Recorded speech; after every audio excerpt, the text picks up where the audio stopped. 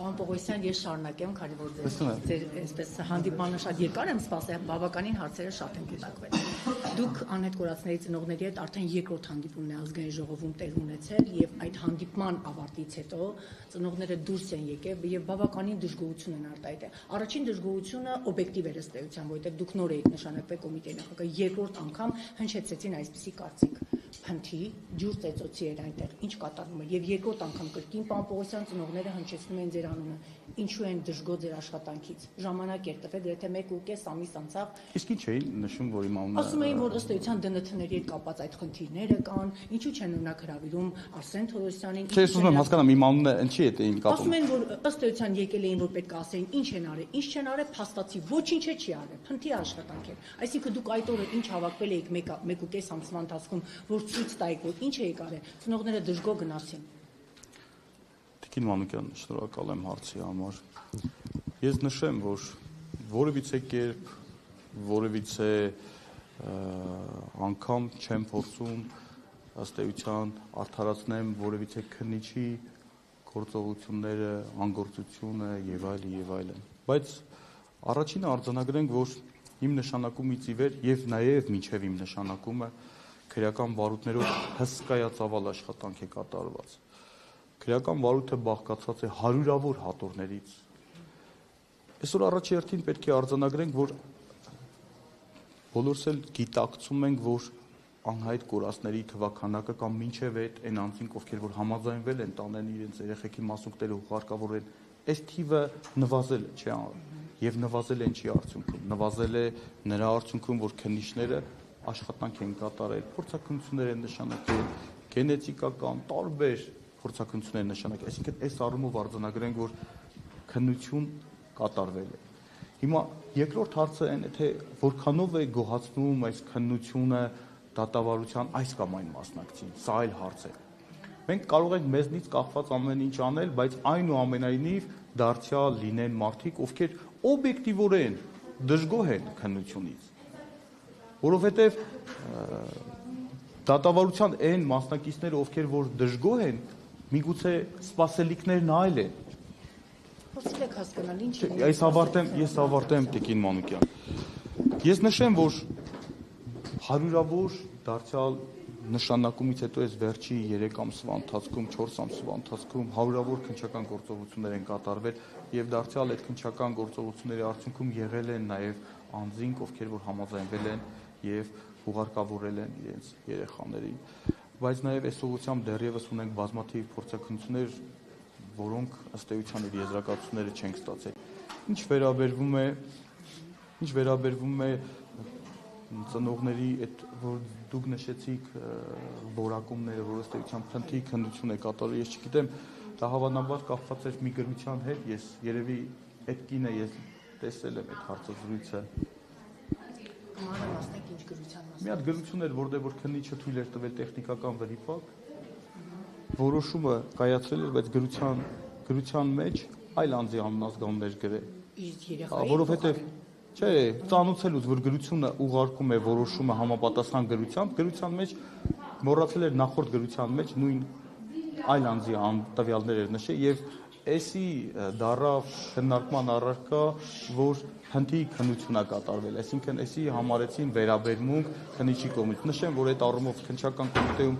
ծառայական քննություն է նշանակված, բայց այդ անձը, ով որ այդ գրությունը ստացել է, ինքը լիարժեք ստացավ իր պատասխանը եւ բավարարված է, ինքը համոզվեց, որ դա ըստ էության տեխնիկական վրիպակի արդյունք էր։ Եվ կներեք, եւ մի գրության հիման վրա մատնանշել եւ որակել քննությունը որպես փնթի, Տիկին Մանուկյան կարծում եմ արդար չի։ 5 տարի է ծնողները սպասում են պարոն Պողոսյան։ 5 տարի մենք իրենց հետ փորձել ենք լրել մասնագիտական առումով, իրենք ինչ ասել են, մենք լրագրողներս որևէ ձայն չենք անի, ասել որ իրենց որևէ բան պետք չի ասել, բայց փաստացի 5 տարի է ծնողները կոնկրետ պատասխանների են սպասում ու չունեն այդ կոնկրետ պատասխանները։ Ես նաև նշեմ, որ Տիկին Մանուկյան պաշտոնավարումից ի վեր, չգիտեմ տեղյակ եք թե չէ, ես գրեթե ամենօրյա ռեժիմով ընդունում եմ անհետ կորած իմ ծառայողների ծնողներին կապ չունի։ Ես նոր նշեցի նաև իմ աշխատանքային ծանրաբեռնվածությունը, աշխատաժամանակը, օրվա ժամի տևողությունը, ցանկացած պահի, երբ որ ծնողները գալիս են, ես անմիջապես ընդունում եմ, լսում եմ իրենց բարձրացված խնդիրների լուծման հետ կապված ըստ էության հենց տեղում լուծումներ եմ առաջարկում եւ մեր ամենօրյա շփումը կա, կարծում եմ շփման պակաս չունենք, հետեւաբար այս առումով մենք մեզնից կախված ամեն ինչ անելու ենք, որպեսզի փորձենք բարձրացված խնդիրները լուծենք հավուր պատշաճ։ Իսկ 44 օրյա պատերազմի հետ կապված քրեական գործերի ընթացքը դուք ինչպես եք գնահատում, որովհետև այս առումով կան սպասելիքներ պատերազմի հետ կապված պատասխանատուների այն տեղեր, որտեղ մեծ պարտություններ կամ մեծ զոհեր են ունեցել, դրա հետ կապված մարդիկ սպասում են պատասխանների, իրավական գնահատականների։ Ինչ է։ Դուք եթե շնորհակալ եմ հարցի համար, դուք եթե ուշադրություն եք դարձրել մեր հրապարակումներին, մենք բազմաթիվ հրապարակումներ ենք տվել կապված 44-ի պատերազմի հետ կապված իրադարձությունների, մենք ունենք քրեական վարույթներ, որ բարձրաստիճան զինվորականների մասով քրեական վարույթները մեղադրական եզրակացությամբ դատան են ուղարկվել։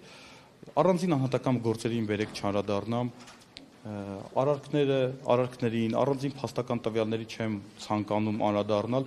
բայց մենք ըստ էության ուղղությունների ենք բաժանել քրեական վարույթը եւ այդ վարույթներով պատշաճ քննություն ենք իրականացրել։ Բազմաթիվ քրեական վարույթներ դուք տեղյակ եք, որ արդեն ուղարկվել է մեղադրական եզրակացությամբ դատան, ունենք արդեն նաեւ դատանի մեղադրական դատավճիռներ, դուք գիտեք, տեղյակ եք, եւ դեռ արխիվում նաեւ կներեք պարոն Պողոսյան, քանի քրեական գործ կա։ Հիմա դուք ո՞նց եք պատկերացնում, էդի դա գիտեք մոտավոր տասնյակ, եթե չասեմ, եթե վիճակագրությունն ա ձեզ պետք, կարող եք գրավոր հարցումալ, հիմա չեմ տիրապետում, բայց բազմաթիվ վարույթներ կան, այնտեղ տարբեր ուղղություններով բաժանված վարույթներ են ըստ էության, տարբեր ուղղությունների, նույնիսկ բաժանված ըստ էության շարքային անձնակազմ, պայմանագրային զինծառայողներ, սպայական անձնակազմ, բարձրագույն սպայական անձնակազմ, ամբողջապես տարբեր ուղղություններով քննություն են կատարել եւ առաջիկայում քրեական վարույթներ կան, որոնք որ դեռևս դատական հեռանկարի առումով վաղճանք ունենան, չեմ ուզում այս պահին կանխորոշեմ քրեական վարույթի ընթացքը, կարծում եմ այս առումով ճիշտ չի լինի։ Իմ վերջին հարցը, ես մինչև նիստերի դարիճը, մինչև նիստը կսկսվել, ես նկատեցի, որ քպական պատգամավոր Արփի Դավոյանը ձեզ հետ բավականին այսպես մտերիմ զրուցում էր եւ այլն։ Ձեր իսկ ղեկավարած կառույցում, պարոն Պողոսյան, քննչական կոմիտեում Արփի Դավոյանի վերաբերյալ քրեական վարույթ կա, որտեղ ինքը վկայի կարգավիճակ ունի։ Դուք քննչական կոմիտեի նախագահն եք, ինքը երկար ձեր զրուցումը, այսինքն բանակցում էր, որ կարճեիք գործը։ Իրենք չպետք է մոտենան ձեզ։ Պարոն Պողոսյան, որտեղ յուրաքանչյուրը կարող է մոտենալ, ձեզ դուք ղեկավար եք ու հետագայում դուք նաև կաշկանդվածություն ունենաք իրենց նկատմամբ քրեական վարույթներ նախաձեռնելու կամ քրեական գործը ձեր ցանկալի ուղղությամբ անելու, որտեղ իրենք կտեն։ Հիմա կոնկրետ Տիկին Դավոյանի մասով քննչական կոմիտեում ես օրերս էի հարցումս ուղարկել եւ հարցման պատասխանը ստացել, որ նախաքննությունը շարունակում է, Տիկին Դավոյանը վկայի կարգավիճակ ունի։ Ինչ է ձեր համոզում այդքան եկել, պարոն Պողոսյան, որ կարճեիք։ Տիկին Մանուկյան, դուք նենց համոզիչ եք ձեր դիտարկումները ներկայացնում, զարմանում քննիչներից եք սովորել։ Ես որևիցե տեսակի, որևիցե առումով, որևիցե անձից կաշկանդվածություն չունեմ, այս մեկ, ես չգիտեմ ինչ գործի մասին է խոսքը։ Ձեզ չասես Տիկին Դավոյանի հետ մասին։ Մենք գործով որևիցե կոնկրետ քրեական վարույթով կամ առանձին վարույթների վերաբերյալ որևիցե տեսակի, որևիցե քննարկում չենք ունեցել եւ չենք ունենալու։ Ինչ քննարկում ունեցել ենք, եղել է հրապարակային, դուք էլ այնտեղ նստած էիք, մեր քննարկում այդ ձևափակվել։ Իսկ հետևեմ քննություն։ Ես սպասել եմ երկրորդ է լինելու, պարոն Պողոսյան։ Բայց դուք ձեր խոսքով նշում եք, որ վկա, եթե անձը վկայի կարգավիճակ ունի,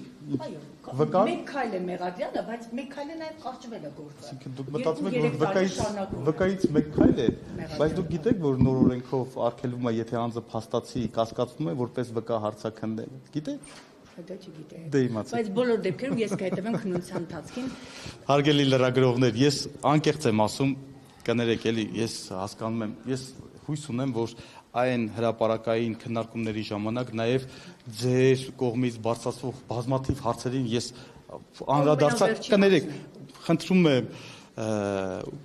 մի հանգամանք չանտեսեք, որ ես մի քանի ժամ նիստում ելույթ եմ ունեցել եւ բնականաբար հոգնել եմ։ Ընդհանրապես վերջին հարցը։ օրինակ սպառնում է քաղաքացուն անձը, ես կտամ հետո այդ անձը ով է,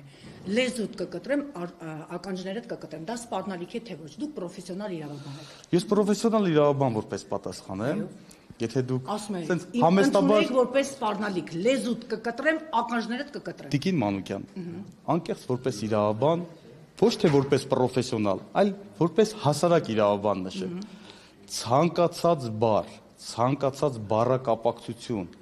հնչեցնելը տարբեր իրադրություններում, տարբեր իրավիճակներում կարող է մի դեպքում ընկալվել որպես սպառնալիք, ընդ որում հանցակազմի տեսանկյունից շատ կարևոր է տուժողի սուբյեկտիվ ընկալումը, մեկ, չէ լսեք մինչև։ Տուժողն ասում է ինձ այո, սպան ինքը։ Գնացի հաղորդում է տվել պարոն Պողոսյան։ Էդգար Ղազարյանը, ԿՊ խմբակցության քարտուղար Արթուր Հովհաննիսյանի մաս։ Բայց ես ասացի իրադրությունը, ժամանակը,